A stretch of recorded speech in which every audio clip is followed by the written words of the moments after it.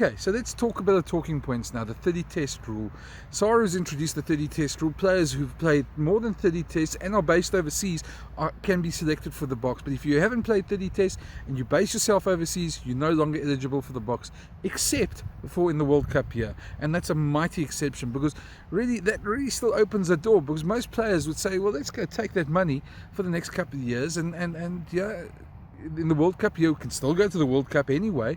You feel for the Bok coach, on the other hand, he has to pick his best team. At the World Cup, he really wants every single player involved that he can have for the World Cup.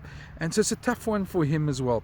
Players are obviously, like any job, you offer somebody 3 or 4 times their salary overseas. How are you going to say no to that? Everybody's got financial security. Players' lifetime of playing is pretty limited in every manner of the speaking, and all that. I can understand every single player who takes up that opportunity overseas. However, there's something we have to do at Bok level. We have to try. SARU are trying to do something there, and you've got to give them some points for it. Whether it's going to work or not, to me, regulation has never really solved the problem. So a regulation like this might keep a couple of players here for the short term, but long term is not going to solve the problem. So the other thing, worry from my mind, is what happens to the Japanese players. If you play in Japan in the off season or the Currie Cup and end of year season, you don't have the same problems that these guys have.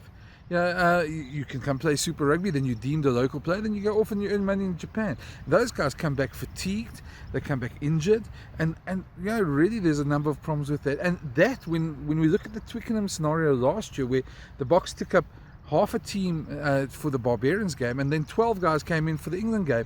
That is where the problem is, and half those guys came from Japan at that point. So they're going to have to box clever with how they select players. They're going to have to box clever on a lot of things, but I don't think this 30 test rule is going to solve anything. It's a tough one. How do we fix it? Well, to be honest, there's not much you can really do. The rand is a currency that rises and falls, and every time we have a big shock in the rand, it just helps those overseas clubs to lure more players. What we can do is we can make our rugby more attractive. We can strengthen our competitions. Maybe not change the Currie Cup every single year from 6 to 7 to 8, back to 6, back to 7 teams.